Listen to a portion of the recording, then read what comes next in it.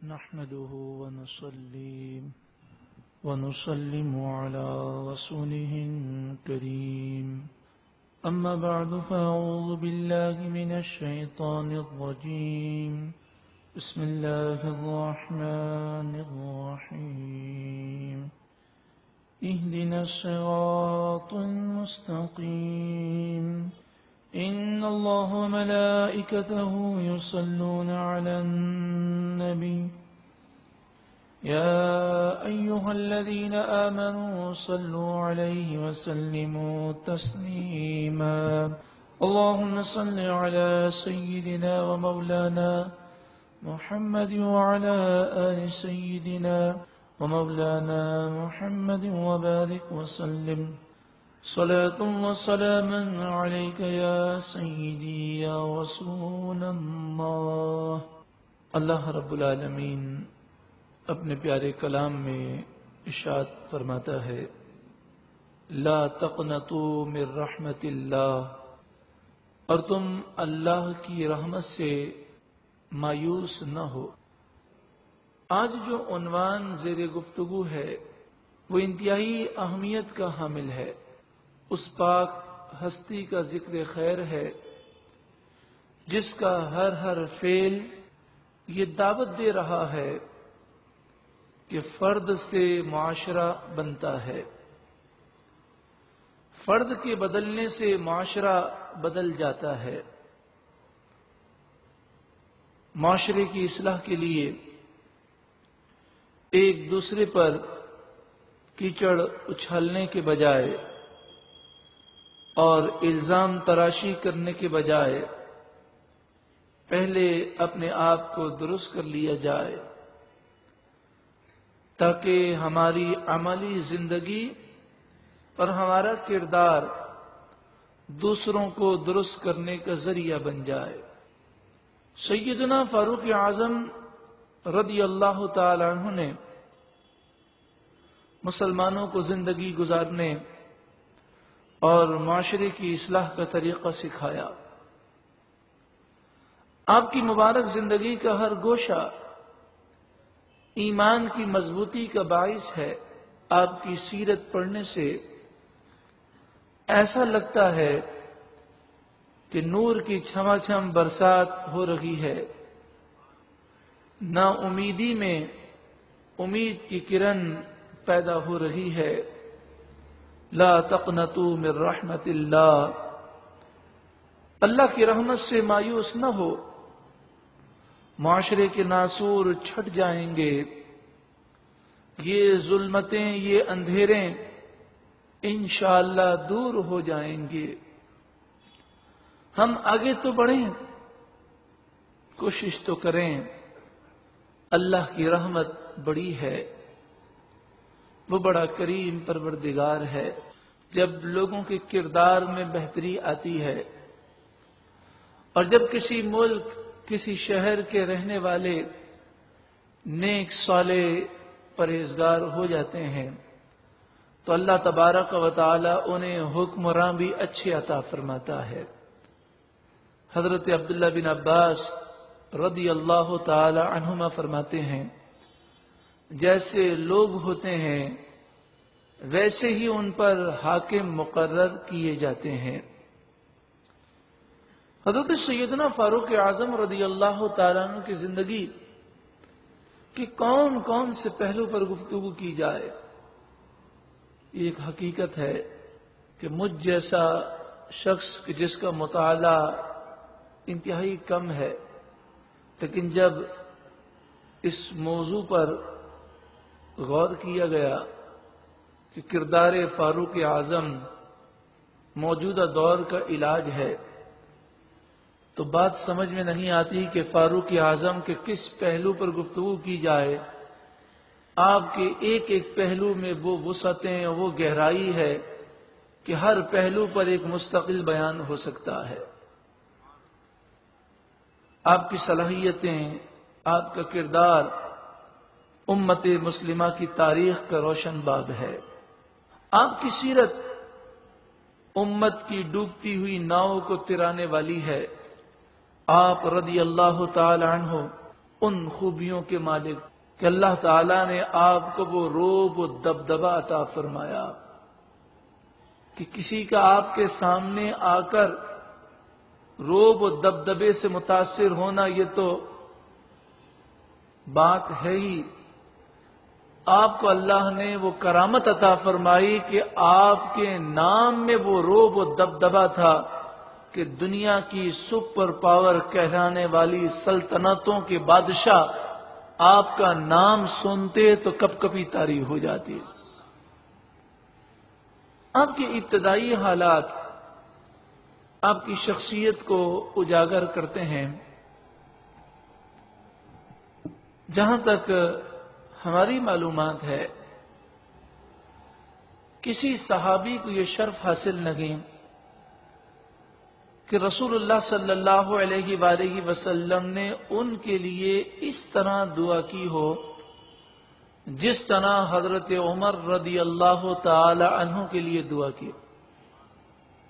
کئی صحابہ کرام جن کی تعداد 1,00,000 سے اوپر ہے، یہ ایمان لانے سے پہلے کفر کی حالت میں تھے، رسول اللہ صلی اللہ علیہ وآلہ وسلم کی دعوت دینے پر مسلمان ہو گئے۔ لیکن کوئی ایسا صحابی نہیں ہے کہ جس کو رسول اللہ نے اللہ سے مانگا ہو، وہ حالت کفر میں ہوں اور ان کے لیے اسلام کی دعا ان الفاظ کے ساتھ کی گئی ہو جن الفاظ کے ساتھ حضرت عمر کے لیے حضور نے دعا کی۔ دار ارقم میں ہے، حضرت خباب رضی اللہ تعالیٰ عنہ روایت کرتے ہیں کہ پیارے آقا صلی اللہ علیہ وآلہ وسلم دار ارقم میں جلوہ فروز ہیں، رات کی گہرائی میں، رات کے اندھیرے میں آپ اپنے ہاتھوں کو بلند کرتے ہیں اور اس طرح دعا کرتے ہیں، اللہم اعز الاسلام بعمر بن الخطاب، اے اللہ عمر بن خطاب کے ذریعے اسلام کو عزت عطا فرما، اسلام کو غلبہ عطا فرما۔ ذرا اس دعا کے الفاظ پر غور کریں۔ یہ ارشاد، یہ دعا سمجھدار کے لیے کافی ہے کہ اسلام وہ عظیم مذہب کہ جس کی عظمتیں اور رفتیں بیان نہیں کی جا سکتی، رسول اللہ صلی اللہ علیہ وآلہ وسلم اسلام کی تقویت کے لیے دعا کر رہے ہیں۔ اور کون تقویت دے گا؟ اللہم اعز الاسلام بعمر بن الخطاب، اے اللہ عمر بن خطاب کے ذریعے اسلام کو عزت عطا فرما، اسلام کو قوت عطا فرما۔ اب آپ حضرت عمر رضی اللہ تعالیٰ عنہ کی شان کا اندازہ کر سکتے ہیں کہ اسلام لانے سے پہلے آپ جس حالت میں تھے، رسول اللہ صلی اللہ علیہ وآلہ وسلم نے دعا کی اور آپ کو حضور کی دعا کے صدقے میں اسلام نصیب ہوا، اور پھر یہ آپ کی دعا کا نتیجہ تھا کہ آپ چلتے پھرتے رسول اللہ کی دعا کی عملی تصویر بن گئے۔ آپ کا کردار رہتی دنیا تک مسلمانوں کے لیے بلکہ پورے عالم کے لیے مثال بن گیا۔ آپ مسلمانوں کے عظیم حاکم، امیر المومنین، خلیفۃ المسلمین، سپہ سالار، عظیم مجاہد، پیکر وفا بن گئے۔ آپ کے اسلام قبول کرنے پر مسلمانوں کو وہ جوش و خروش آیا کہ کسی کے اسلام قبول کرنے پر اتنا جوش و خروش کا مظاہرہ مسلمانوں نے نہیں کیا کہ دار ارقم میں جو صفا کی پہاڑی کے دامن میں یہ مکان تھا، وہاں صحابہ کرام نے جب یہ دیکھا کہ حضرت عمر نے اسلام قبول کیا تو اس زور سے انہوں نے اللہ اکبر کہا کہ پورا مکہ مکرمہ اللہ اکبر کی فضا سے گونج اٹھا۔ اسلام لانے کے بعد حضرت عمر رضی اللہ تعالیٰ عنہ نے یہ دیکھا کہ مسلمان حق پر ہونے کے باوجود خفیہ طور پر عبادت کرتے ہیں، تو آپ نے عرض کی اور مشورہ دیا کہ مسلمانوں کو علی الاعلان عبادت کرنی چاہیے۔ پیارے آقا صلی اللہ علیہ وآلہ وسلم نے ان کے مشورے کو قبول کیا اور پھر یہ 40 مسلمانوں کا قافلہ بیت اللہ کی طرف آیا، مسجد الحرام کی طرف، اور رسول اللہ صلی اللہ علیہ وآلہ وسلم کے حکم پر اس قافلے کی قیادت ایک طرف تو سید الشہداء کر رہے تھے حضرت حمزہ رضی اللہ تعالی عنہ، اور دوسری طرف حضرت عمر رضی اللہ تعالی عنہ۔ اور پھر اس شان سے یہ قافلہ چل رہا تھا کہ جب کافروں نے یہ دیکھا کہ مسلمان علل اعلان عبادت کے لیے آئے ہیں، مارنے کے لیے دوڑے، دیکھا ایک طرف سید الشہداء حضرت حمزہ ہیں اسد اللہ و اسد رسولہ، اور دوسری طرف حضرت عمر رضی اللہ تعالی عنہ، تو کہنے لگے مسلمانوں نے آج ہم سے اپنا بدلہ لے لیا۔ آپ کو اللہ تبارک و تعالی نے حضور کی دعا کے صدقے میں وہ ذہانت عطا فرمائی اور وہ حکمت عملی عطا فرمائی کہ آپ صلی اللہ علیہ وآلہ وسلم کی مجلس میں حضرت عمر رضی اللہ تعالیٰ عنہ جب مشورہ دیتے، وہ مشورہ اتنا پیارا ہوتا کہ پیارے آقا صلی اللہ علیہ وآلہ وسلم اکثر ان مشوروں کو قبول کر لیا کرتے۔ جب ہم جمعے میں خطبہ سماعت کرتے ہیں اور حضرت عمر کا ذکر آتا ہے تو خطیب یہ کہتا ہے وَعَلَىٰ أَعْدَلِ الْأَصْحَابِ مُزَيِّنِ الْمِنبَرِ وَالْمِحْرَابِ الموافق رأیہ بالوحی والکتاب۔ حضرت عمر کی یہ شان ہے کہ ان کی رائے، ان کے خیالات وحی اور کتاب اللہ کے موافق ہوتے تھے۔ الموافق رأیہ بالوحی والکتاب۔ تو اللہ تبارک و تعالی نے آپ کو وہ عظمت عطا فرمائی کہ اللہ رب العالمین کا عظمتوں والا کلام قرآن مجید فرقان حمید کہ جس کی فصاحت و بلاغت کے آگے عرب کے فصحا عاجز آ گئے، اللہ تعالی نے حضرت فاروق اعظم رضی اللہ تعالی عنہ پر یہ کرم کیا کہ 21 مقامات ایسے ہیں قرآن کے، 21 آیتیں قرآن کی ایسی ہیں جو حضرت عمر کی رائے ان آیتوں کے موافق تھی۔ یعنی لوح محفوظ میں وہ 21 آیتیں ایسی لکھی ہوئی تھیں کہ جن کا نزول ہونا تھا، لیکن حضرت عمر رضی اللہ تعالیٰ عنہ کی رائے، اللہ تعالیٰ نے آپ کے دل میں وہ نور کا القاء کیا کہ جو آیتیں نازل ہونے والی تھیں انہی کے مطابق آپ نے رائے کو پیش کیا۔ ان 21 آیتوں میں سے چند مثالیں آپ سماعت کیجیے۔ جب حضرت عائشہ صدیقہ رضی اللہ تعالی عنہا پر جھوٹا الزام لگایا گیا تو حضرت عمر رضی اللہ تعالی عنہ نے الزام سنتے ہی کہا سبحانک ھذا بہتان عظیم، اے اللہ تجھے پاکی ہے، یہ تو بڑا بہتان ہے۔ آپ کا یہ کہنا تھا کہ سورہ نور میں حضرت عائشہ صدیقہ رضی اللہ تعالی عنہا کی شان میں جو آیتیں نازل ہوئیں اس میں یہ آیت بھی نازل ہوئی سبحانک ھذا بہتان عظیم۔ اسی طرح کوئی قرآن کی تلاوت کر رہا تھا، حضرت عمر رضی اللہ تعالیٰ عنہ نے قرآن میں انسان کی تخلیق کا ذکر سنا کہ اللہ نے انسان کو کیسے پیدا کیا، تو آپ کی زبان سے یہ جملہ نکلا فَتَبَارَكَ اللَّهُ أَحْسَنُ الْخَالِقِينَ۔ تو ساری کائنات کا مالک یعنی رب العالمین بڑی برکت والا ہے، سب سے بہتر پیدا کرنے والا ہے۔ یہ آپ کا کہنا تھا کہ قرآن کی جو آیت نازل ہوئی سورۃ المومنون آیت نمبر 14، 18واں پارہ پہلا رکوع، اس میں یہی الفاظ ہیں فَتَبَارَكَ اللَّهُ أَحْسَنُ الْخَالِقِينَ۔ اسی طرح ایک یہودی حضرت عمر رضی اللہ تعالیٰ عنہ کے پاس آیا اور کہنے لگا کہ یہ قرآن چونکہ جبرائیل لے کر آتے ہیں اور جبرائیل کے تو ہم دشمن ہیں، نعوذ باللہ من ذالک۔ اگر یہ قرآن میکائیل لے کر آتے تو ہم ضرور اس قرآن کو مان لیتے۔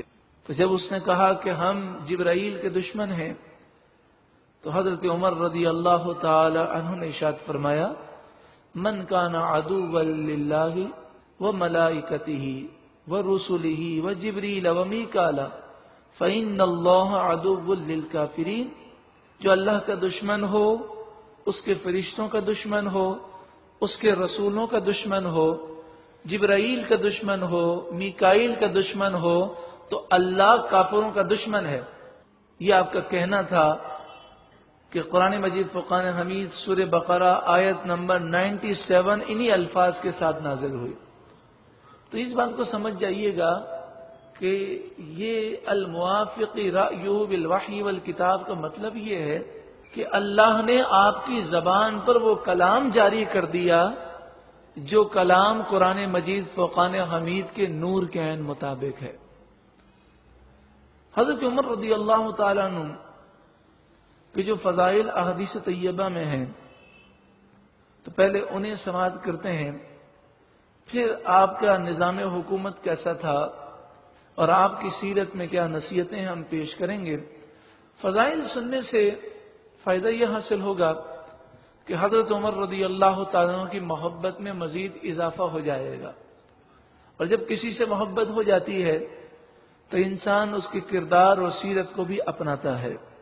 رسول اللہ صلی اللہ علیہ وآلہ وسلم نے فرمایا، لو کان بعدی نبی لکان عمر بن الخطاب، میرے بعد کوئی نبی نہیں، اگر میرے بعد کوئی نبی ہوتا تو ضرور عمر بن خطاب نبی ہوتے۔ انی لانظر الی شیاطین الجن والانس قد فروا من عمر، بے شک میں دیکھتا ہوں کہ انسانی اور جنات میں سے جو شیطان ہیں وہ حضرت عمر کو دیکھ کر بھاگتے ہیں۔ ان اللہ جعل الحق علی لسان عمر وقلبہ، بے شک اللہ نے حضرت عمر کی زبان اور آپ کے دل پر حق کو جاری فرما دیا۔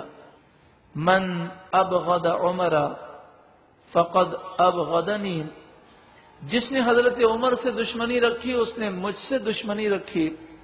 ومن احب عمر فقد احبنی، اور جس نے حضرت عمر سے محبت کی اس نے مجھ سے محبت کی۔ ابن ماجہ کی روایت ہے۔ حدیث کے جو الفاظ ہیں اس کا ترجمہ آپ کے سامنے پیش کیا جاتا ہے۔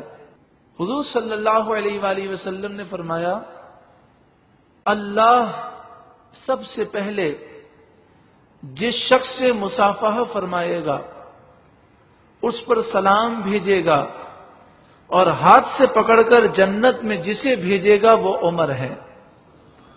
اور اس حدیث کا مطلب یہ ہے کہ جس پر اللہ تعالیٰ خصوصی کرم فرمائے گا وہ حضرت عمر ہے۔ ابن ماجہ کی روایت ہے، رسول اللہ صلی اللہ علیہ وآلہ وسلم نے فرمایا، عمر ہمیشہ حق بولتے رہیں گے۔ عمر جنت والوں کی آنکھوں کے چراغ ہیں۔ اس ہستی کی وجہ سے فتنہ و فساد کے دروازے بند ہیں، اور ان کی زندگی میں کوئی شخص تمہارے درمیان فتنہ و فساد اور پھوٹ نہیں ڈال سکے گا۔ حضور صلی اللہ علیہ وآلہ وسلم کی بارگاہ میں جبرائیل علیہ السلام نے حاضر ہو کر عرض کی، یا رسول اللہ، حضرت عمر کو میرا سلام پہنچا کر فرما دیجئے کہ ان کا غضب اور جلال پسندیدہ ہے اور ان کی مرضی کے مطابق حکم ہوتا ہے۔ حضور صلی اللہ علیہ وسلم نے فرمایا، تمام آسمانی مخلوق یعنی فرشتے حضرت عمر کی عزت اور تعظیم کرتے ہیں۔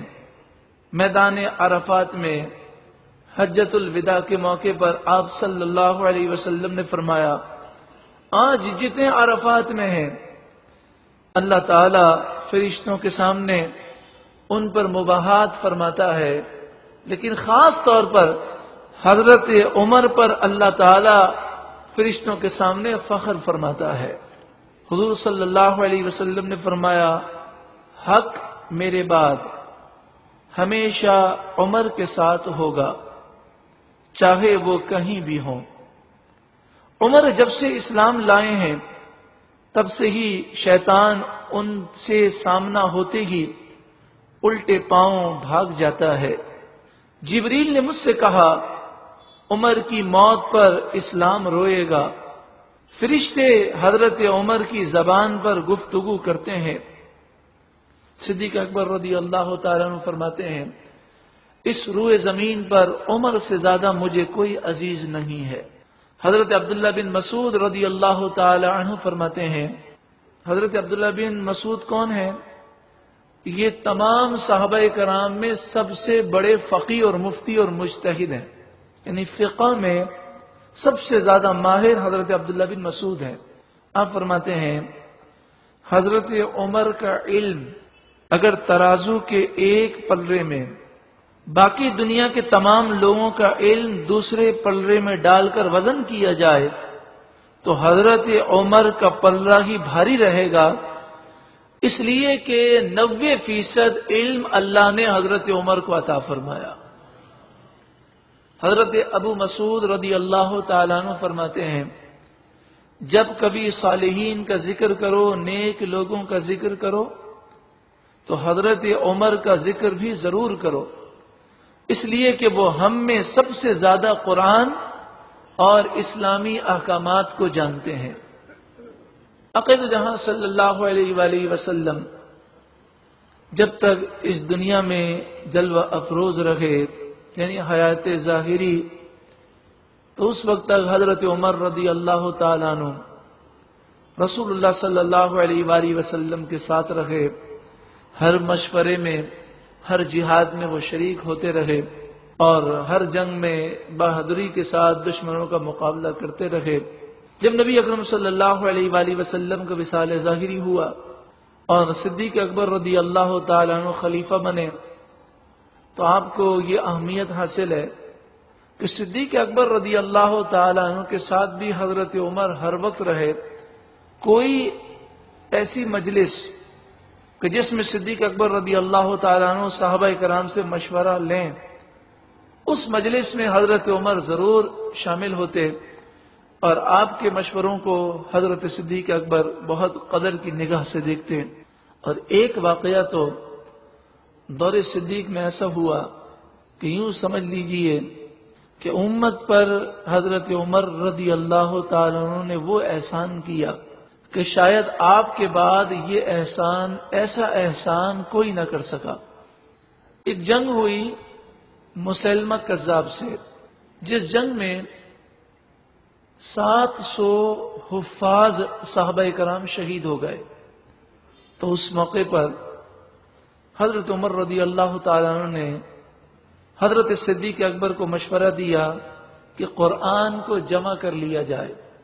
عرب لوگ اپنے حافظے پر بھروسہ کرتے تھے، تو قرآن لوگوں کے سینوں میں تھا، لکھا ہوا ایک جگہ پر وہ جمع نہیں تھا۔ میں اس واقعے کی تفصیل میں جانا نہیں چاہتا، مختصراً یہ بخاری شریف کی دوسری جلد میں یہ واقعہ تفصیل سے موجود ہے اور کتاب معیار ہدایت میں بھی یہ واقعہ موجود ہے۔ تو حضرت عمر رضی اللہ تعالیٰ عنہ نے کہا کہ آپ قرآن کو جمع کیجئے۔ حضرت صدیق اکبر رضی اللہ تعالیٰ عنہ نے اولاً انکار کیا، حضرت عمر سمجھاتے رہے، آخرکار صدیق اکبر فرماتے ہیں شرح اللہ صدری، حضرت عمر کے بار بار کہنے پر اللہ نے میرے سینے کو کھول دیا اور ان شرائع صدر مجھے ہو گیا، اور حضرت صدیق اکبر نے قرآن جمع کرنے کا حکم دے دیا۔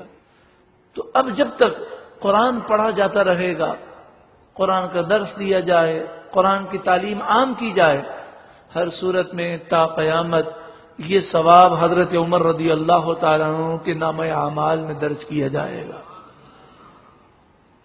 حضرت صدیق اکبر رضی اللہ تعالیٰ عنہ انبیاء کے بعد سب سے افضل و اعلیٰ ہیں۔ جب آپ کا وصال ہونے لگا تو آپ نے حضرت عمر رضی اللہ تعالی عنہ کو خلیفہ بنا دیا اور آپ نے کہا میری نظر میں حضرت عمر کے علاوہ روئے زمین پر کوئی اور نہیں جسے میں یہ خلافت کا تاج پہناؤں۔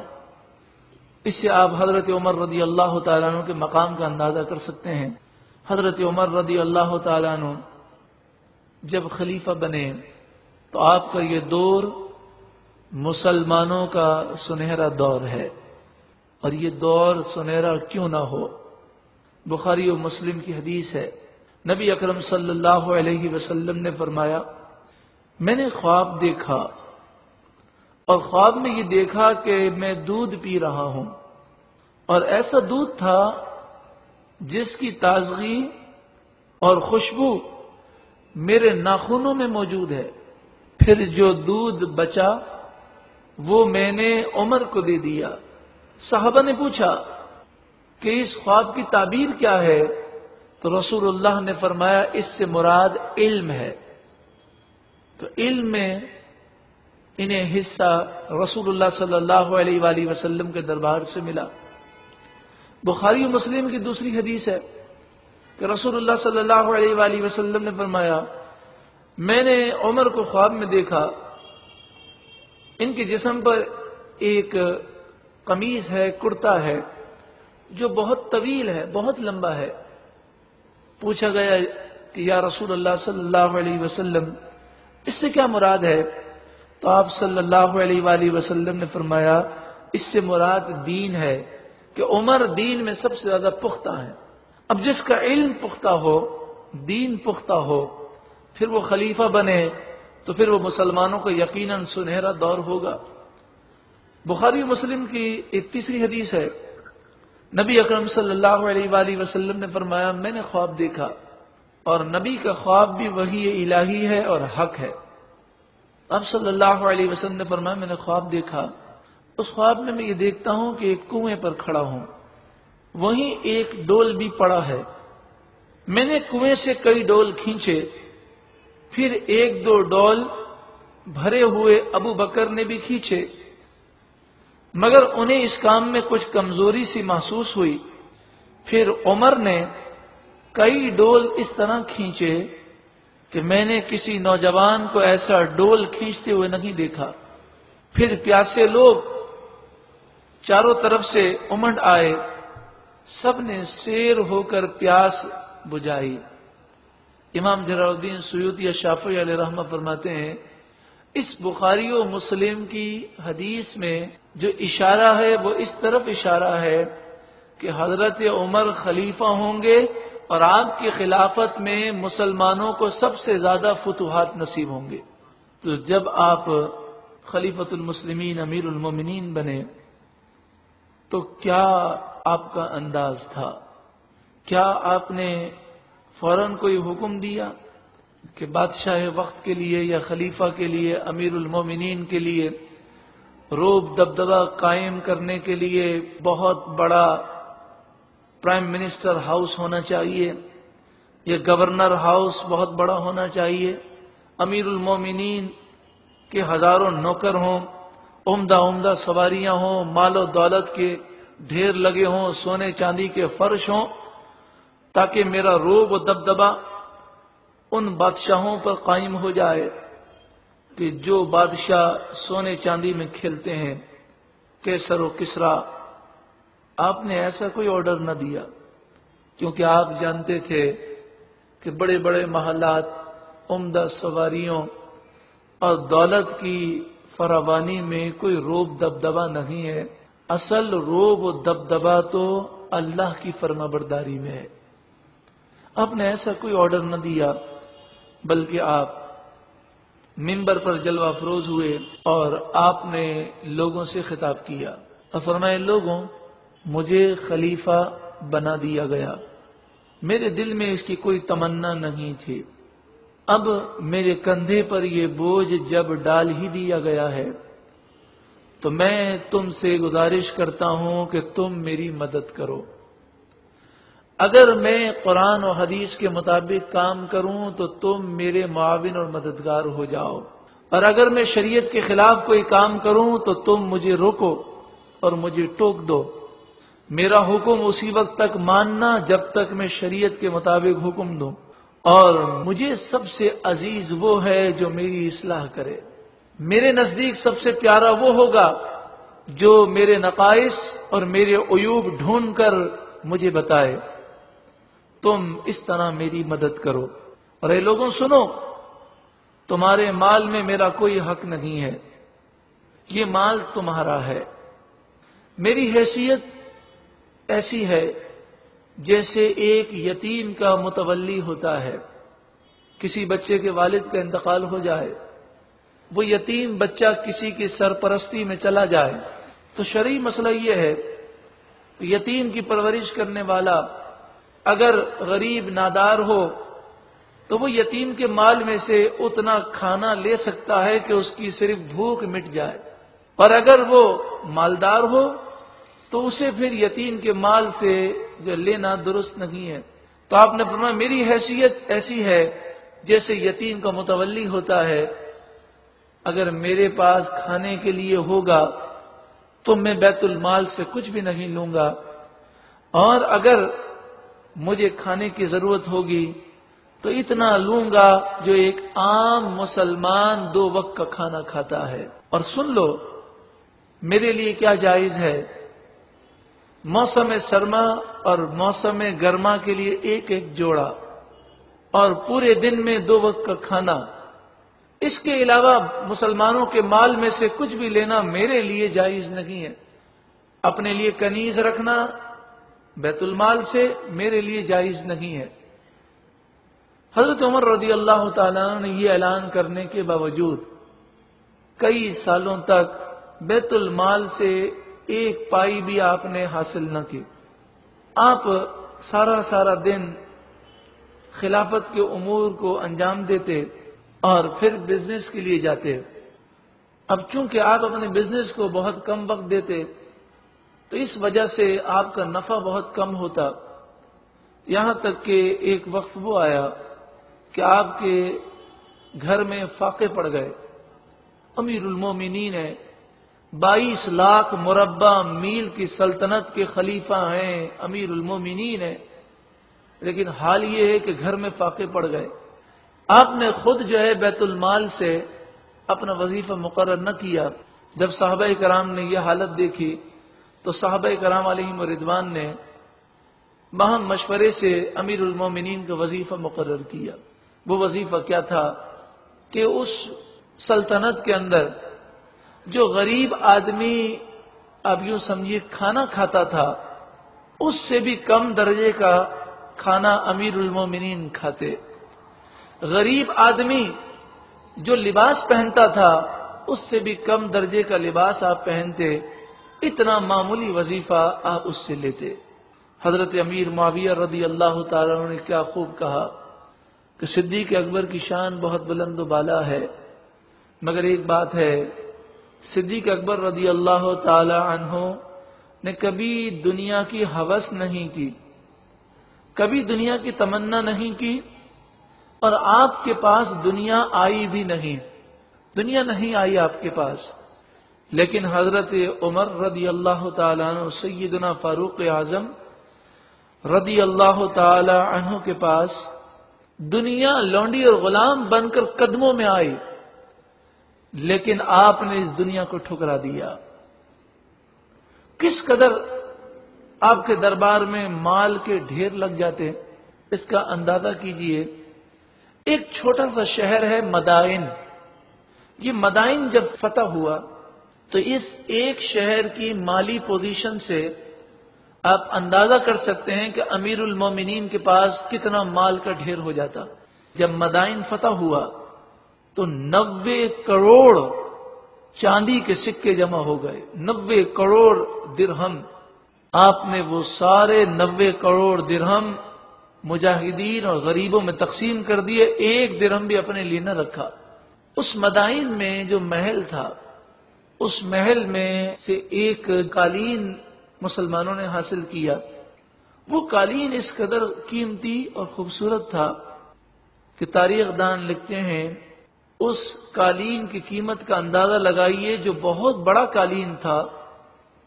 یعنی سوچئے پورے محل میں جو قالین بچتا ہوگا کتنا بڑا ہوگا. اس قالین کا ایک بالش ٹکڑا اتنا مہنگا تھا کہ 20,000 درہم میں وہ بک رہا تھا۔ حضرت حذیفہ رضی اللہ تعالیٰ عنہ نے ایک موقع پر تحریر کیا، یا امیر المومنین، تمام لوگوں کے وظائف مقرر کر دیے گئے، دودھ پیتے بچے کا بھی وظیفہ مقرر کر دیا گیا، لیکن اس کے باوجود بیت المال کا خزانہ وہ بھرا پڑا ہے۔ اگر اجازت ہو تو امیر المومنین کی خدمت میں بھی کچھ مال پیش کر دوں۔ حضرت عمر رضی اللہ تعالیٰ عنہ نے حضرت حذیفہ کو یہ لکھا، کل مال مسلمانوں کا ہے، وہ مال عمر یا اس کی اولاد کا نہیں ہے۔ آپ کی عادت تھی کہ آپ بیت المال سے ساری دنیا میں یعنی تمام عالم اسلام میں خیرات فرماتے، لیکن بیت المال سے اپنے رشتہ داروں کو حصہ نہیں دیتے تھے۔ تو آپ کے سسر نے ایک موقع پر کہا کہ میں غریب ہوں، آپ میری مدد کریں۔ تو آپ نے فرمایا میرا اصول یہ ہے کہ میں بیت المال سے رشتہ داروں کو حصہ نہیں دیتا، ہاں میں اپنا مال آپ کو پیش کر سکتا ہوں۔ پھر آپ نے 10 درہم نکالے اور اپنے سسر سے فرمایا کہ صرف میرے پاس 10 درہم ہے، آپ یہ لے لیجئے، اس کے علاوہ میں آپ کو کچھ بھی نہیں دے سکتا۔ حضرت حفصہ رضی اللہ تعالیٰ عنہ کی خدمت میں حضرت علی اور بعض صحابہ کرام حاضر ہوئے۔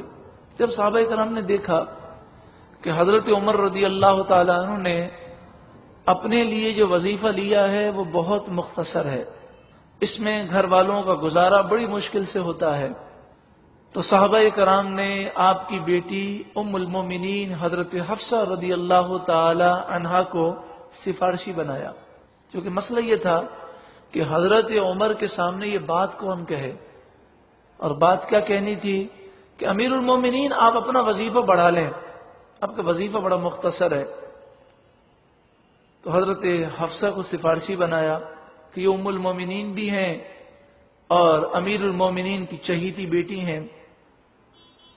تو حضرت حفصہ گئیں اور بڑی تغدو کے بعد موڈ دیکھ کر گفتگو شروع کی اور عرض کیا کہ میری یہ عرض ہے کہ ابا جان، آپ جو وظیفہ لیتے ہیں یہ بہت مختصر ہے، گھر والوں کا گزارا بڑی مشکل سے ہوتا ہے، کچھ وظیفہ بڑھا لیجئے۔ تو حضرت عمر رضی اللہ تعالیٰ عنہ کو یکدم جلال آ گیا اور آپ نے فرمایا یہ تم نہیں بول رہی، پیچھے کوئی اور بول رہا ہے، یہ بتاؤ کہ یہ بات تمہیں کس نے کہی ہے؟ تو حضرت حفصہ ام المومنین رضی اللہ تعالی عنہا نے کہا کہ میں آپ کو نام نہیں بتا سکتی جب تک آپ مجھے یہ نہ بتائیں کہ اگر آپ کو نام پتہ چل جائے گا تو آپ کیا کریں گے؟ تو آپ نے فرمایا اگر مجھے نام پتہ چل جائے تو میں اسے سخت سزا دوں گا۔ تو ام المومنین حضرت حفصہ نے کہا پھر میں آپ کو نام نہیں بتاتی۔ اس قدر آپ مسلمانوں کے مال سے اجتناب کرتے۔ ایک موقع پر عتبہ بن فرقد نے آپ کو مشورہ دیا کہ امیر المومنین آپ اپنی غذا کو اچھا کر لیں، تو آپ نے فرمایا افسوس، چند دن کی زندگی میں اچھی غذا سے فائدہ اٹھانے کی کیا ضرورت ہے؟ آپ اون کا لباس پہنتے اور اس لباس میں بھی جگہ جگہ پیبند ہوتے۔ آپ جب سفر کے لیے نکلتے تو بڑی سادگی کے ساتھ سفر فرماتے، نہ کوئی پروٹوکول ہوتا، نہ ہی لوگوں کا جھمگٹا ہوتا، ایک خادم کو ساتھ لیتے اور لمبے لمبے سفر پر روانہ ہوتے۔ ہر سال آپ حج کرتے۔ آج غریب سے غریب اسلامی ملک ہو، اس کے صدر صاحب یا وزیر اعظم صاحب بھی اگر حج پر جائیں یا عمرے پر جائیں تو 200 افراد 300 افراد کو ساتھ لے جاتے ہیں، اور ایک عمرے کا خرچہ بھی کروڑوں میں ہوتا ہے۔ آج اگر اسلامی ممالک کے وزراء کی عیاشیوں کو دیکھیں تو قوم خودکشیاں کر رہی ہے، لوگ بھوکے مر رہے ہیں، اور وزراء اور حکمرانوں کے عیاشیوں کا یہ عالم ہے کہ ان کا روزانہ کھانے کا جو بل ہے وہ لاکھوں میں ہوتا ہے۔ حضرت عمر رضی اللہ تعالیٰ عنہ ہر سال حج کے لیے روانہ ہوتے، اور ہر سال حج کرنے کا ایک مقصد یہ بھی تھا کہ حج کے موقع پر پورے عالم اسلام سے لوگ جمع ہو جاتے، تو آپ ان سے ملاقات کرتے اور ان سے یہ پوچھتے کہ میں نے جو گورنر عامل جو حکمراں تم پر مقرر کیے ہیں تمہارے شہروں میں، ان سے تمہیں کوئی شکایت تو نہیں ہے؟ اگر کوئی غریب سا آدمی بھی اگر شکایت کر دیتا کہ مثلا مصر کا گورنر جو ہے وہ یوں کرتا ہے، تو آپ اس کی شکایت کو لکھ لیتے اور تحقیقات کرتے، اور اگر گورنر میں وہ خامی پائی جاتی تو آپ کا یہ آرڈر ہوتا کہ جب میں حج کے لیے پہنچوں تو سارے گورنر، پوری اسلامی سلطنت کے گورنر وہ حج کے موقع پر حاضر ہوں، تو آپ بھرے مجمع میں مصر کا گورنر ہو، عراق کا گورنر ہو، شام کا گورنر ہو، کسی کی پرواہ نہ کرتے، بھرے مجمع میں اس کو کوڑے لگاتے، اس کو درے مارتے اور اسے سزا دیتے۔ ایک موقع پر مصر کے گورنر سے غلطی ہو گئی، انہوں نے ایک شخص کو تھپڑ مار دیا، اس شخص نے امیر المومنین سے شکایت کی، تو آپ نے مصر کے گورنر سے فرمایا کھڑے ہو جاؤ، اور اس شخص سے فرمایا تو اپنا بدلہ لے اور گورنر کو تھپڑ مار۔ مصر کے گورنر کہنے لگے امیر المومنین ذرا اس کا خیال کریں، اگر اس طرح کیا جائے گا تو روب دبدبہ ختم ہو جائے گا، ملک کا نظام درم برم ہو جائے گا کہ گورنر پورے صوبے پورے ملک کے گورنر کو اگر کوئی تھپڑ مارے بھرے مجمع میں تو اس طرح اس کا روب ختم ہو جائے گا۔ امیر المومنین نے کیا جواب دیا؟ آپ نے فرمایا روب جائے تو جائے، نظام درم برم ہو تو ہو، میں مظلوم کو اس کا حق ضرور دلاؤں گا۔ اسی طرح ایک گورنر کے بیٹے نے غصے میں آ کر کسی کو کوڑا مارا، اب وہ گورنر بھی آئے ہوئے تھے اور ان کا بیٹا بھی حج کرنے کے لیے آیا تھا۔ اس شخص نے امیر المومنین سے شکایت کی تو امیر المومنین نے تحقیقات کی اور اس کا جرم ثابت ہو گیا، تو بھرے مجمع میں گورنر کے سامنے آپ نے کوڑا دیا اس مظلوم کو اور فرمایا اس گورنر کے بیٹے کو سب کے سامنے کوڑے مار، اور جتنے کوڑے اس نے تجھے مارے تھے اتنے ہی کوڑے مار۔ سب لوگ دیکھ رہے تھے، یہ روب دبدبا اور یہ انصاف اور عدل کی جب فضا ہو تو پھر کردار فاروق اعظم یقیناً موجودہ دور کا علاج ہے، بلکہ ہر دور کا علاج ہے۔ آپ کی سادگی کا یہ عالم کہ حج کے لیے جاتے، راستے میں پڑاؤ کرتے تو وہاں کوئی خیمہ نہیں لگاتے، درخت کے نیچے ہاتھ کا تکیہ بنا کر مٹی پر سو جاتے۔ بیت المقدس کا جب آپ نے سفر کیا تو بیت المقدس میں شورا تھا کہ مسلمانوں کا وہ امیر بیت المقدس آ رہا ہے کہ جس کے نام سے بڑے بڑے بادشاہ کانپتے ہیں۔ دور دراز سے لوگ امیر المومنین کا دیدار کرنے کے لیے وہ بیت المقدس سے باہر کھڑے تھے، ان کی نگاہیں منتظر تھیں کہ امیر المومنین آئیں، ہم دیکھیں مسلمانوں کا امیر کس شان و شوقت کا مالک ہے۔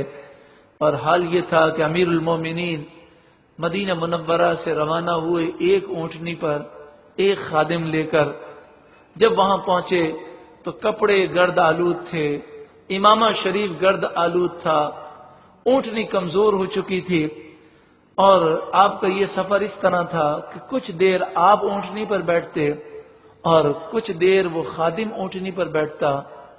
اب باری جو ہے اونٹنی پر بیٹھنے کی خادم کی باری تھی، تو آپ نے اسے اونٹنی پر بٹھایا اور خود اس کی لگام کھینچتے ہوئے بیت المقدس میں داخل ہوئے۔ اس موقع پر جب آپ دور سے آ رہے تھے اور مسلمانوں نے آپ کی یہ حالت دیکھی تو کچھ مسلمان بھاگتے بھاگتے آئے اور کہنے لگے یا امیر المومنین روب دبدبا ختم ہو جائے گا۔ آپ ایسا کیجئے، یہ گھوڑا لے لیجئے، اپنے کپڑے بدل لیجئے، دیکھیں تو صحیح کتنے پیبند لگے ہوئے ہیں۔ کیا جواب دیا آپ نے فرمایا عمر بن خطاب وہ ہے کہ اس کا باپ خطاب اونٹ چرانے کے لیے اسے دیتا تھا تو اونٹ اس کے قابو میں نہیں آتے تھے، اور روزانہ یہ اپنے باپ سے مار کھاتا تھا کہ تو اتنا بڑا ہو گیا اونٹوں کو قابو میں نہیں کر سکتا۔ عمر کو یہ عزت ان کپڑوں نے نہیں دی، اسلام نے عزت دی ہے۔ تو ان کپڑوں سے عزتیں نہیں ہیں، مجھے عزت ملی ہے تو اسلام کی بدولت ملی ہے۔ اور پھر حقیقت دنیا نے یہ دیکھا، جب حضرت عمر بیت المقدس میں داخل ہوئے تو ایک پادری دوڑتا ہوا آیا اور کتاب کھول کے کہنے لگا، آسمانی کتاب میں حضرت عمر کا تذکرہ لکھا ہے کہ جو بیت المقدس فتح کرے گا اس کی یہ شان ہوگی کہ لباس پر جگہ جگہ پیبند ہوں گے، اور اس کی یہ شان ہوگی کہ خادم اونٹنی پر بیٹھا ہوگا اور وہ رسی کھینچ رہا ہوگا۔ آپ کو کبھی کبھی حالت یہاں تک پہنچتی کہ گھر میں کھانے کے لیے نہ ہوتا تو آپ بیت المال سے قرضہ لیتے۔ آپ نے ایسا نظام آپ نے قائم کیا تھا کہ اس نظام کی زد میں آپ بھی آتے تھے، یعنی بلا جھجک آپ سے بھی پوچھ گچھ جو ہے کی جا سکتی تھی۔ تو خزانچی آپ کو یاد دلاتا، امیر المومنین 3 دن باقی ہیں، قرضہ واپس کر دیجئے گا۔ یعنی اس قدر وہ سختی کے ساتھ آپ کی گرفت کرتا اور کہتا اب صرف 3 دن رہ گئے ہیں، دیکھیں وقت پورا ہونے سے پہلے قرضہ بیت المال میں جمع کروا دیجئے گا۔ آج ہے کسی کی ضرورت، بادشاہ یا صدر وزیر اعظم تو بڑی بات ہے، معمولی SHO اس کے سامنے کوئی بات کر کے تو دیکھے۔ آپ سے پوچھا گیا کہ آپ خلیفہ ہیں کہ بادشاہ؟ تو آپ نے فرمایا خلیفہ۔ پوچھا خلیفہ اور بادشاہ میں کیا فرق ہے؟ تو آپ نے فرمایا خلیفہ وہ ہوتا ہے جو ناجائز رقم نہ خود لے نہ کسی کو دے۔ ایک موقع پر حجاز مقدس میں قحط آ گیا، بارشیں بند ہو گئیں، گرمی شدت کی تھی، اس قدر شدت کی گرمی تھی کہ پہاڑ گرمی سے پھٹ گئے، خوراک کی قلت پیدا ہو گئی۔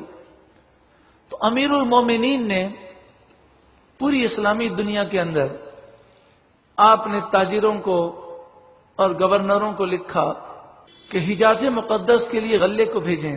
چاروں طرف سے ہزاروں غلے کے اونٹ آنے لگے۔ اب امیر المومنین کا عالم یہ تھا کہ صبح سے لے کر شام تک خود لوگوں کو کھانا کھلاتے۔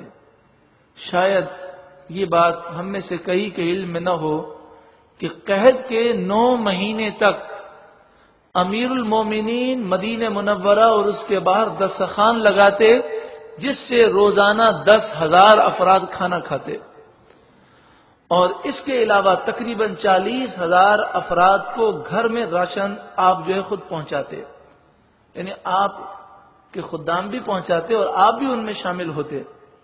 اور آپ نے ان دنوں میں جبکہ مسلمان بھوکے تھے، قحط سالی کی کیفیات تھیں، آپ نے اپنے گھر میں یہ آرڈر کر دیا کہ کوئی عمدہ غذا نہیں کھائے گا، گوشت، گھی، شہد، ان چیزوں پر آپ نے پابندی لگا دی۔ فرمایا جب تک مسلمانوں سے یہ قحط دور نہیں ہوتا ہمارے لیے جائز نہیں کہ ہم اعلیٰ لقمہ اپنے پیٹ میں ڈالیں۔ ایک موقع پر دیکھا کہ آپ کا چھوٹا بیٹا وہ تربوز کھا رہا ہے تو آپ انتہائی جلال میں آئے اور آپ نے فرمایا شرم نہیں آتی؟ رسول اللہ کی امت بھوکی ہے اور تو جو پھل کھا رہا ہے۔ ایک موقع پر اپنے بیٹے عاصم کو دیکھا کہ انہوں نے گوشت لیا اور گوشت کھا رہے تھے تو آپ نے فرمایا تمہارے پاس گوشت کہاں سے آیا؟ میں نے تو منع کیا تھا۔ کہنے لگے ابا جان کئی مہینے ہو گئے گوشت کی شکل نہیں دیکھی، دل چاہا کہ 2-3 لقمے گوشت کے کھا لوں۔ تو آپ نے فرمایا آئندہ کبھی دل پر نہ چلنا، یہ دل کی خواہشات بڑی نقصان دہ ہوتی ہیں۔ اگر نفس کو تم نے کنٹرول نہ کیا تو آج تم نے حلال پیسوں سے گوشت حاصل کیا اور کھا لیا، کل کو تمہارا دل چاہے گا تو کیا تو چوری کر کے کھائے گا؟ اس طرح آپ نے سختی سے اسے ڈانٹ دیا۔ حضرت حفصہ جو آپ کی بیٹی ہیں اور حضرت عبداللہ جو آپ کے بیٹے ہیں دونوں ایک دن آئے اور عرض کرنے لگے، ابا جان آپ پر خلافت کا اتنا بڑا بوجھ ہے، آپ نہ رات کو آرام کرتے ہیں نہ دن کو آرام کرتے ہیں، کیونکہ آپ سے کوئی پوچھتا کہ حضرت میں جنگ کے لیے جا رہا ہوں، اگر میں کوئی خبر لے کر آؤں تو کس وقت آپ کے دربار میں حاضر ہوں؟ تو آپ فرماتے رات کا وقت ہو دن کا وقت ہو میرے دروازے ہر وقت کھلے ہوئے ہیں، تم میرے آرام کی پرواہ نہ کرنا۔ کسی کافر سفیر نے پوچھا آپ کے معاملات کیا ہیں، آپ کب جو ہے سوتے ہیں؟ تو آپ نے فرمایا نہ میں رات کو سوتا ہوں نہ دن کو سوتا ہوں، دن کو سوؤں تو لوگوں کا نقصان ہے اور رات کو اگر عبادت نہ کروں تو اپنا نقصان ہے۔ تو آپ کی بیٹی اور آپ کے بیٹے نے عرض کی، ابا جان آپ بہت کمزور ہو چکے ہیں، خلافت کی ذمہ داریاں بہت زیادہ ہیں، تو آپ کچھ اچھی غذا استعمال کریں اور یہ فاقہ کشی چھوڑ دیں، عمدہ غذا آپ استعمال کریں اور اس غذا سے آپ کو طاقت حاصل ہوگی تو خلافت کے امور آپ اور اچھی طرح انجام دے سکیں گے۔ تو آپ نے فرمایا میرے بچوں تمہارا مشورہ تو بہت اچھا ہے، لیکن میں نے رسول اللہ کو یہی دیکھا کہ آپ نے عمدہ غذا کو تناول نہ فرمایا، میں نے صدیق اکبر کو یہی دیکھا کہ آپ نے اپنے آپ کو عمدہ غذا سے بچایا، اب میں جنت میں ان دونوں کے ساتھ رہنا چاہتا ہوں تو ان کی اتباع اور ان کی فرما برداری اور ان کے طریقے کو میں نہیں چھوڑ سکتا۔ کردار فاروق اعظم موجودہ دور کا علاج ہے، لمبے لمبے سیمینار کانفرنس یہ کرنے کی حاجت نہیں، اصل ہے کردار فاروق اعظم اپنانے کی ضرورت ہے۔ آپ کا جو کردار ہے اگر ہم میں سے ہر فرد اپنا لے، سادگی، اپنے دیگر بھائیوں کے لیے ہمدردی کا جذبہ رکھنا، اپنی زندگی کو عیش و عشرت سے خالی کرنا، خوف خدا رکھنا، اللہ تبارک و تعالی کے ڈر کے باعث کانپتے رہنا۔ آپ نمود و نمائش کرنے والے نہ تھے، لیکن اللہ نے آپ کو وہ روب عطا فرمایا کہ کئی میلوں تک آپ کا روب پایا جاتا، ہاتھ کا تکیہ بنا کر سونے والے تھے۔ اگر ہم اپنے آپ کو بدلیں گے تو نظام بدل جائے گا۔ حضرت عمر رضی اللہ تعالیٰ عنہ آپ اناج کی بوریاں اور غلہ اور کھانا لوگوں کے خیموں میں اور گھروں میں پہنچایا کرتے تو خدام یہ کہتے، حکومت کے نمائندے یہ کہتے، حضرت اتنے لوگ پہنچانے والے موجود ہیں، آپ آرام فرمائیں، آپ اس کام میں کیوں شریک ہوتے ہیں؟ تو آپ کا یہ کردار اصل میں اس لیے تھا کہ جب حکمران وقت وہ آگے بڑھ کر پیش ہوتا ہے تو دیگر لوگ سستی نہیں کرتے، آپ فرمایا کرتے تم اپنا بوجھ اٹھاؤ میں اپنا بوجھ اٹھاؤں، کیا قیامت کے دن تم میرا بوجھ اٹھاؤ گے؟ کوئی بیمار ہوتا تو آپ اس کی عیادت کرتے، غسل اپنے ہاتھوں سے دیتے، کفن پہناتے، نماز جنازہ پڑھتے، اور آپ یہ لوگوں سے کہتے کسی کا بھی انتقال ہو جائے، رات ہو دن ہو مجھے تم بتا دینا میں اس کی نماز جنازہ پڑھوں گا، اپنے ہاتھوں سے دفن کرتے۔ اس قدر محنت اور مشقت کے ساتھ آپ نے اپنی زندگی کو گزارا۔ جب آپ نے خود ایسی مثال پیش کی تو پھر آپ گورنروں پر بھی بڑی سختی فرماتے، جو بھی گورنر بنتا آپ پہلے اس سے یہ شرائط طے کرتے، وہ اعلیٰ گھوڑے پر سواری نہیں کرے گا، اعلیٰ درجے کا کھانا نہیں کھائے گا، عمدہ لباس نہیں پہنے گا۔ کیوں؟ اس لیے کہ گورنر اگر ان چیزوں کا عادی ہوگا تو غریب لوگوں کے دل جو ہیں وہ چھوٹے ہوں گے، تو آپ گورنر پر ان چیزوں کی پابندی لگاتے۔ حاجت والوں کے لیے اپنے دروازے وہ بند نہیں کرے گا، وہ کوئی چوکیدار یا دربان اپنے دروازے پر نہیں رکھے گا۔ آپ کو علم ہوا کہ فلاں گورنر نے عمدہ لباس پہنا ہے اور دربان رکھا ہے، تو آپ نے حکم دیا کہ جاؤ یہ جس حالت میں ہو اسے گرفتار کر کے آؤ۔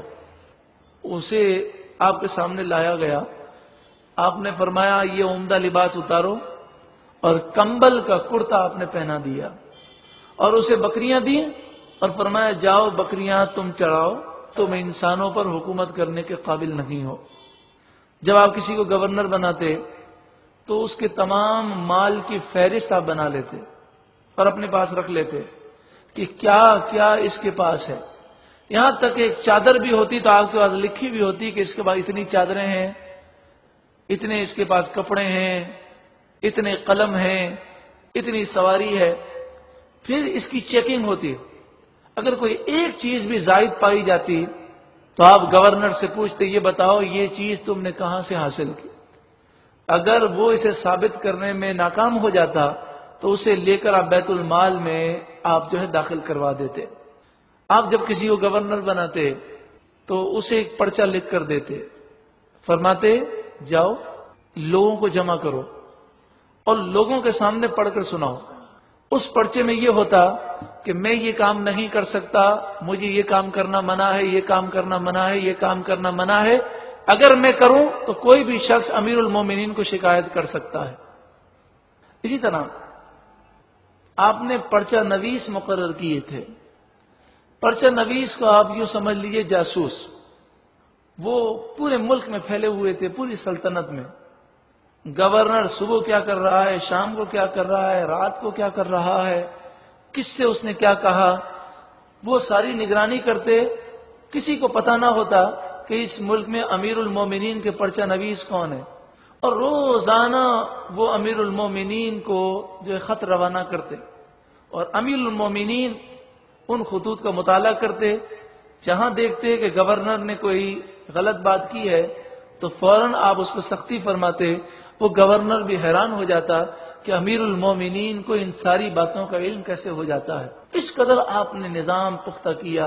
ذرا سوچئے وہ دور کہ جس میں آمد و رفت کے ذرائع نہیں تھے، نہ ٹیلی فون تھا، نہ موبائل تھے، نہ سیٹلائٹ تھے، لیکن اگر ہم کردار کو دیکھیں، انسان اگر نظام بنانا چاہے تو بنا سکتا ہے۔ آج سب کچھ ہے، کلوز سرکٹ کیمرے بھی لگے ہوئے ہوتے ہیں، پھر بھی چوریاں ہو جاتی ہیں اور چور نہیں پکڑا جاتا۔ تو اصل بات یہ ہے کہ جب خود ہمارے کردار میں خامیاں ہوں تو پھر چوروں ہی کی رکھوالی کی جاتی ہے۔ آپ گورنروں کا انتخاب بھی بڑی احتیاط سے فرماتے، اور پھر آپ کے دور میں جو گورنر پائے گئے ان کا مقام و مرتبہ اس قدر بلند و بالا تھا کہ ہمس کے گورنر حضرت سعید بن عامر رضی اللہ تعالی عنہ کے بارے میں ہے کہ ایک موقع پر ہمس جو شام کا ایک شہر ہے تو وہاں سے کچھ لوگ آئے اور انہوں نے عرض کی یا امیر المومنین، ہمارے ملک میں بہت سارے کچھ لوگ غریب ہیں، تو آپ نے فرمایا مجھے غریبوں کی فہرست دو تاکہ میں انہیں زکوٰۃ اور فطرہ وغیرہ دوں۔ تو ان لوگوں نے فہرست بنا کر دی، تو سب سے پہلے ہمس کے گورنر حضرت سعید بن عامر کا نام تھا۔ آپ نے فرمایا کہ سب سے زیادہ غریب یہ ہیں؟ تو کہا پورے ہمس میں ان کے جیسا کوئی غریب نہیں، ان کے پاس کوئی چیز نہیں، گھر بالکل خالی ہے۔ تو آپ نے 1000 سونے کی اشرفیاں، یعنی تقریباً 4.5 کلو سونا ہمس کے گورنر حضرت سعید بن عامر کو بھیجا۔ جب حضرت سعید بن عامر کے پاس یہ سونا آیا تو دھاڑے مار مار کر رونے لگے۔ زوجہ آئیں گھبرا کر اور کہنے لگی کیا ہوا، کیا امیر المومنین وصال فرما گئے؟ کہا امیر المومنین کے وصال ہونے سے بڑا حادثہ ہو گیا، ان کے وصال سے بڑا حادثہ ہو گیا، میرے گھر میں دنیا آ گئی ہے۔ زوجہ نے کہا پھر دنیا کو دور کر دیں۔ کہا میں دور تو کر دوں، کیا تم میری مدد کرو گی؟ انہوں نے کہا بالکل میں آپ کی مدد کروں گی۔ تو کہا کہ دیکھو یہ 1000 سونے کی اشرفیاں آئی ہیں، تو کہا تقسیم کر دیجئے۔ اللہ نے ان کی زوجہ کو بھی وہ ذوق دیا کہ 1000 دینار انہوں نے خرچ کر دیے اور رات کو ان کے گھر میں کھانے کے لیے نہیں تھا۔ یہ جب گورنروں کا حال ہے تو امیر المومنین کی کیا شان ہوگی۔ آپ راتوں کو گشت کرتے اور لوگوں کے حالات معلوم کرتے۔ اپنے نفس کی اصلاح کی فکر کرتے، کبھی پیٹھ پر مشکیزہ لے کر لوگوں کو پانی پلاتے۔ کسی نے کہا یہ کیا کر رہے ہیں؟ تو فرماتے ایک وقت وہ تھا کہ میں پانی بیچا کرتا تھا اور پانی پلا کر میں کماتا تھا اور اسی پر میرا گزارا ہوتا تھا۔ میں اپنے نفس کو اپنا ماضی یاد دلا رہا ہوں تاکہ یہ مغرور نہ ہو جائے۔ بھری مجمع میں ایک شخص نے آپ سے کہا، اے عمر، اللہ سے ڈر۔ تو آپ نے اپنے سر کو جھکا دیا اور رونے لگے۔ کسی نے اس شخص سے کہا، تو یہ شرم نہیں آتی؟ امیر المومنین کو یہ کہتا ہے۔ تو آپ نے فرمایا، اسے کچھ مت کہو، یہ تو میرا محسن ہے، اس نے مجھے اللہ کا خوف یاد دلایا۔ ایک بوڑھی عورت نے آپ کو بھرے مجمع میں ٹوک دیا۔ آپ کے خوف خدا کا یہ عالم تھا کہ زیادہ رونے کی وجہ سے آپ کے چہرے پر لکیریں پڑ گئی تھیں آنسوؤں کی۔ وقت وصال کسی نے آپ کی تعریف کی شہادت کے وقت، تو آپ نے فرمایا، بیٹا میری تعریف مت کرو، عمر نے جو نیکیاں کی ہیں اگر وہ نیکیاں اس کے گناہوں کا کفارہ بن جائیں اور اسے جنت نہ بھی ملے تب بھی یہ بہت ہے، بس میں اللہ سے ڈرتا ہوں۔ حالانکہ آپ کا مقام یہ ہے کہ آپ قطعی جنتی ہیں اور رسول اللہ نے آپ کو جنت کی بشارت دی ہے۔ حضرت انس فرماتے ہیں، ایک دن میں باغ میں گیا تو کیا دیکھتا ہوں کہ باغ کی دیوار کے پیچھے سے کسی کی بات کرنے کی آواز آ رہی ہے۔ میں نے کان لگایا تو وہ حضرت عمر تھے اور وہ اپنے نفس کو تنبیہ کر رہے تھے۔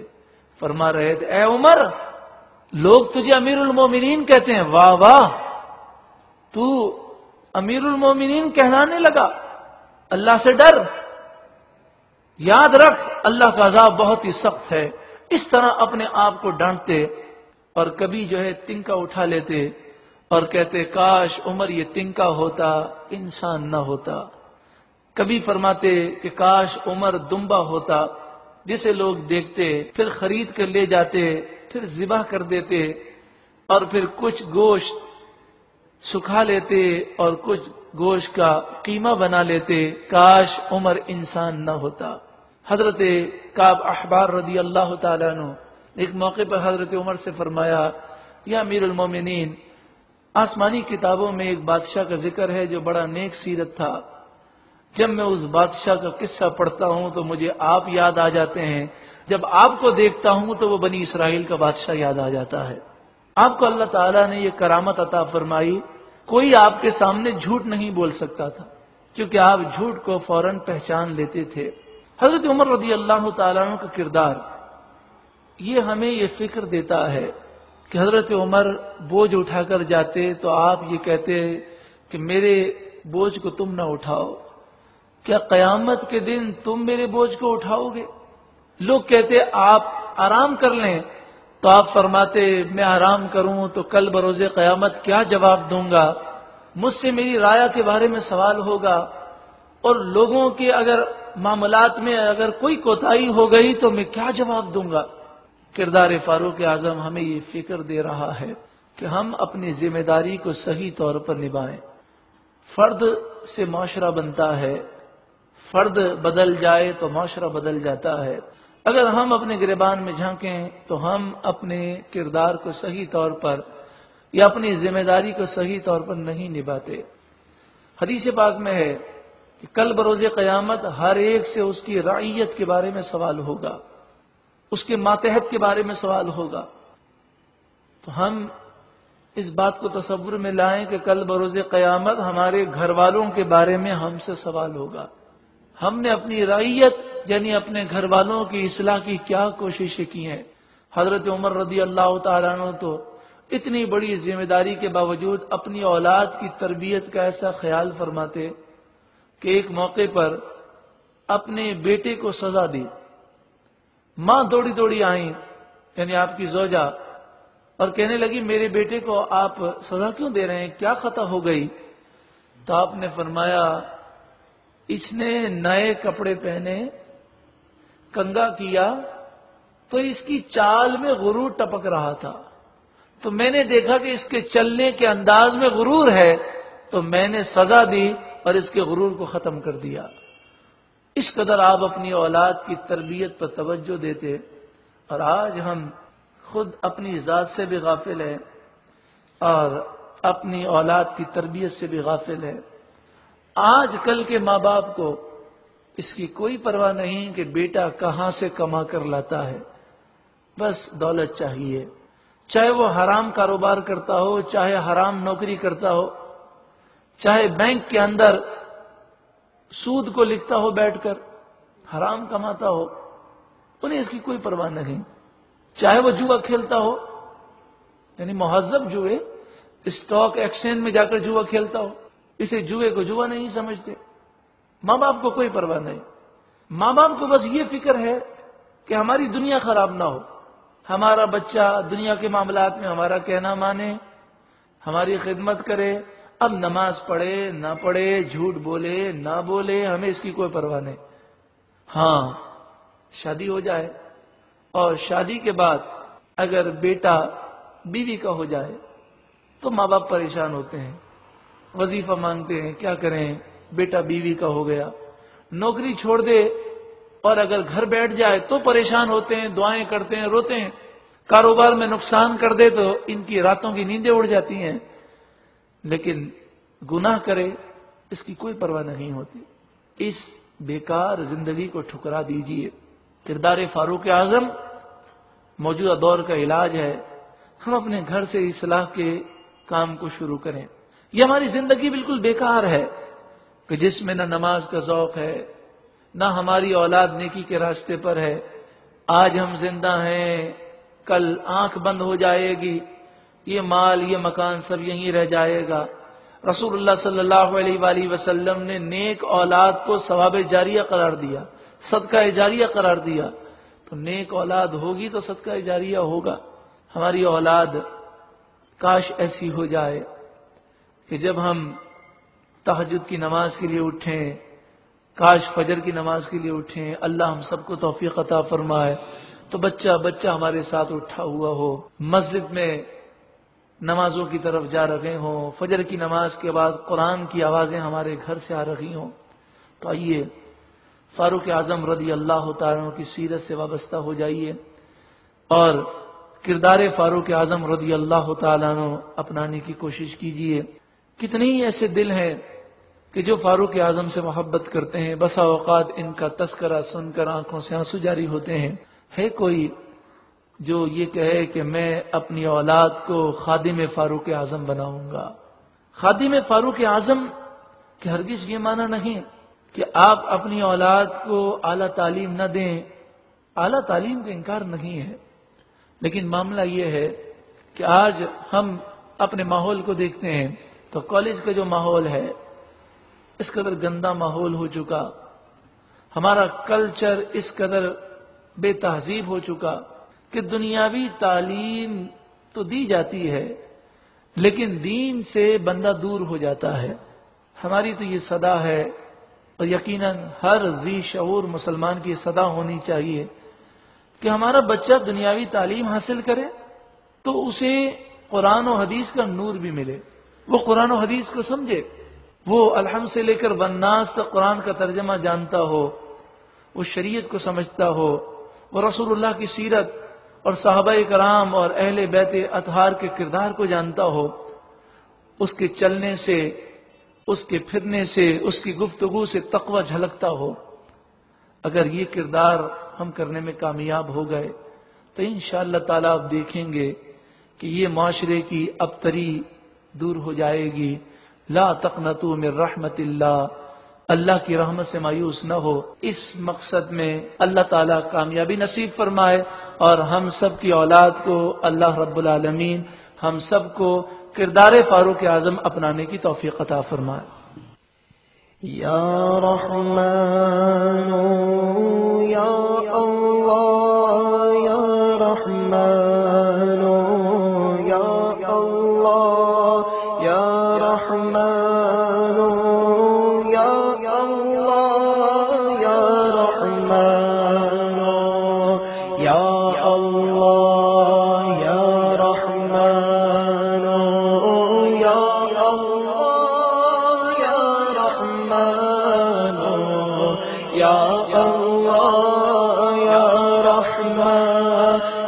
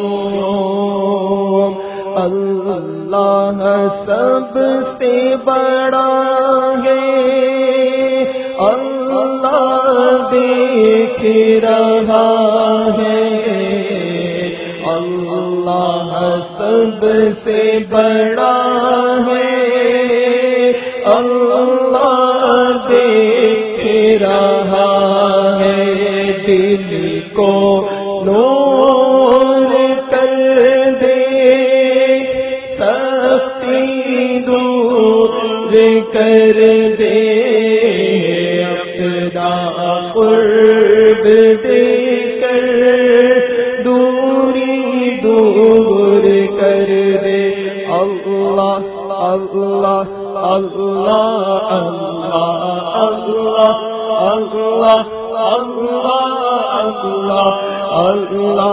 اللہ اللہ اللہ اللہ اللہ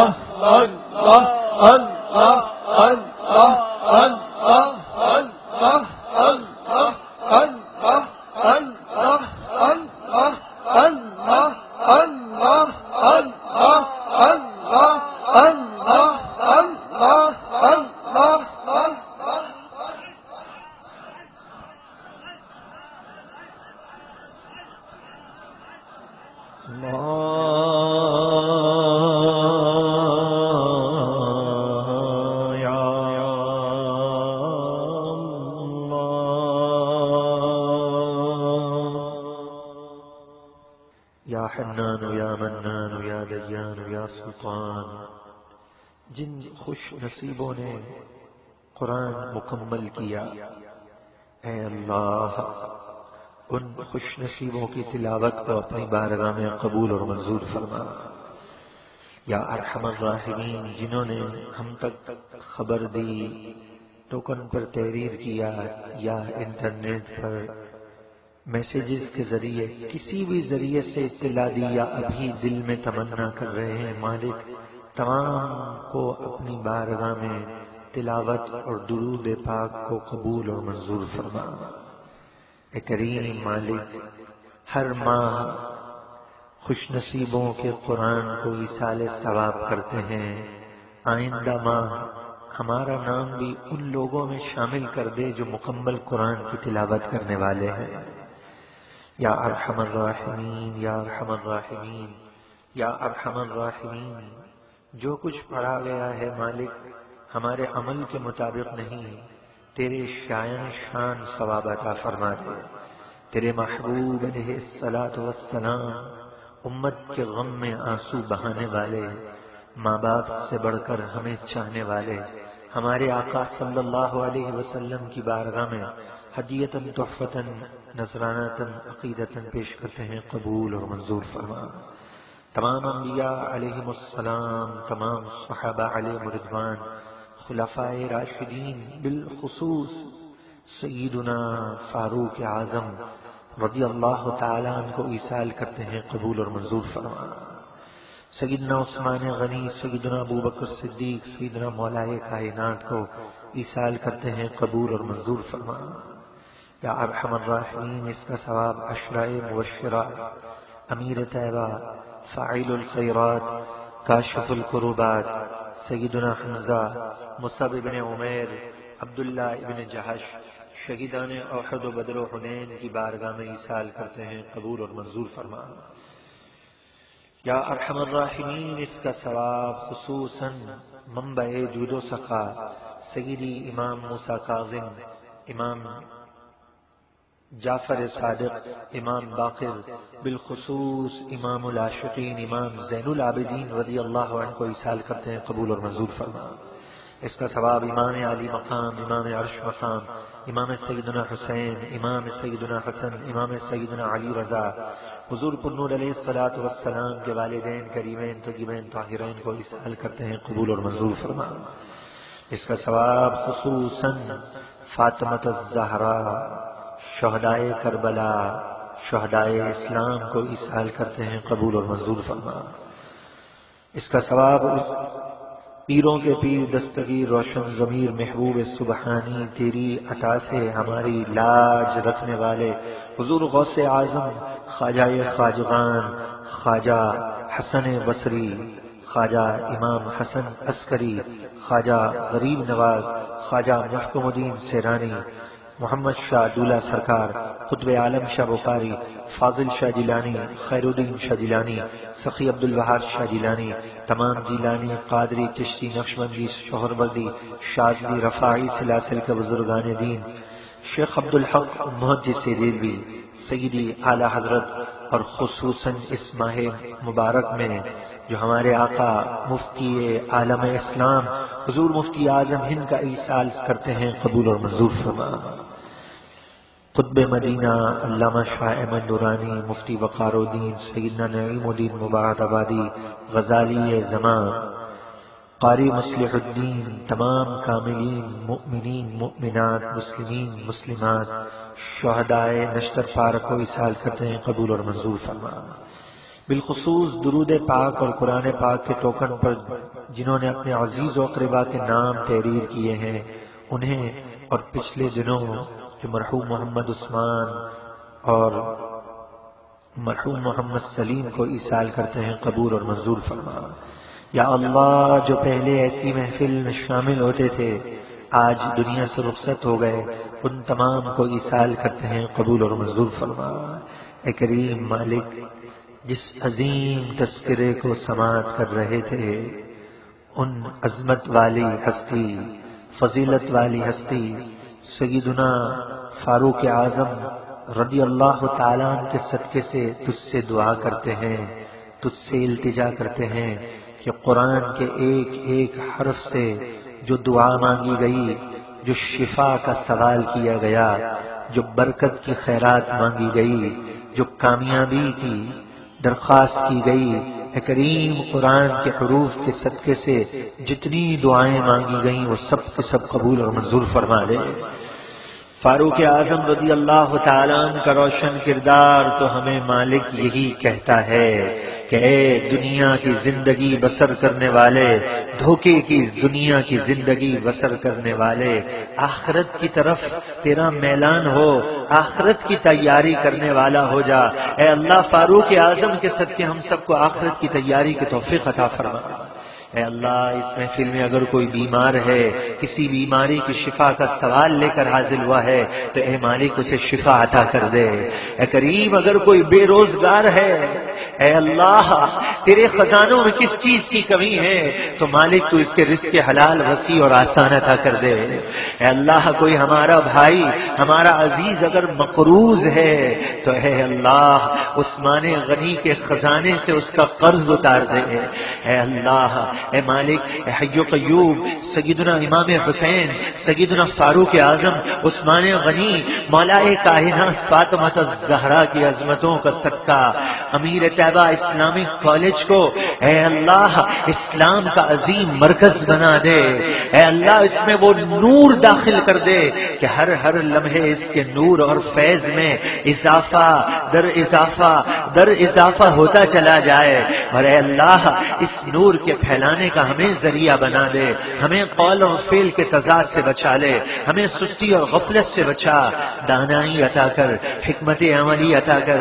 اے کریم، کسی کو اپنی صلاحیت پر ناز ہوتا ہے، کسی کو اپنی تعلیم پر ناز ہوتا ہے، کسی کا عمل بہت زیادہ ہوتا ہے، کسی کے پاس جو ہے وہ کارکن بہت ہوتے ہیں۔ اے اللہ، ہمارے پاس کچھ بھی نہیں ہے، نہ عمل ہے، نہ اخلاص ہے، نہ زیور تعلیم سے آراستہ ہیں۔ اے کریم، بس تیرے پیاروں کی نسبت سے یہ بیڑا اٹھا لیا ہے۔ اے کریم، تو اپنے بندوں کو مایوس نہیں لوٹاتا، تیرا بندہ جیسے تجھ سے گمان کرتا ہے تو اپنے بندوں کے گمان کو پورا کرتا ہے۔ اے لاج رکھنے والے، اے جھولیوں کو بھرنے والے، ہم گناہگاروں کی لاج تیرے ہاتھ ہے، اپنے پیاروں کے صدقے دنیا اور آخرت کی شاندار کامیابی عطا فرما۔ جن کے فیضان نظر اور کرم سے یہ بہاریں ہیں، وہم و گمان سے بڑھ کر شاندار کامیابی عطا کر دے۔ اے کریم، جو ایسی محفل کی دعوت عام کرتے ہیں، جو دین کا درد محسوس کرتے ہیں، جو دین کے لیے قربانی دیتے ہیں، اے اللہ تو ان سب کی خدمت کو قبول فرما لے اور ہم سب کو بھی دین کی خدمت کا سچا جذبہ عطا کر دے۔ اے حی و قیوم، جو مانگا اپنے کرم سے عطا کر دے، جو نہیں مانگ سکے اپنے فضل سے عطا کر دے۔ بغداد معلّہ کو ناپاک قدموں سے پاک کر دے۔ جس نے ہمارے بغداد کو اجاڑنے کی کوشش کی، مالک تو اسے اجاڑ دے۔ اے اللہ جو مسلمانوں کو مٹانا چاہتا ہے تو اسے مٹا دے۔ اے حی و قیوم، اے رحمان و رحیم، نہ مانگنے کا ڈھنگ نہ سلیقہ، اے اللہ تیرے پیاروں کے صدقے اس محفل کا جو نام ہے کہ محفل برائے غیبی امداد، اے کریم اس محفل میں جس نے ہاتھ کو بلند کیا ہے اس سب کی غیبی مدد فرما دے۔ اس محفل کی دعوت عام کرنے والوں کو خوشیاں عطا کر، پہلے سے بڑھ کر اس کی دعوت عام کرنے کا جذبہ عطا فرما۔ جب دمیں واپسی ہو یا اللہ، اے اللہ ہمارے استاد محترم کو جلد شفا عطا کر اور ہمارے درمیان یہ موجود ہوں، ان کے فیوض اور برکات سے ہمیں مالا مال کر دے۔ جب دمیں واپسی ہو یا اللہ، لپے ہو لا الہ الا اللہ محمد رسول اللہ۔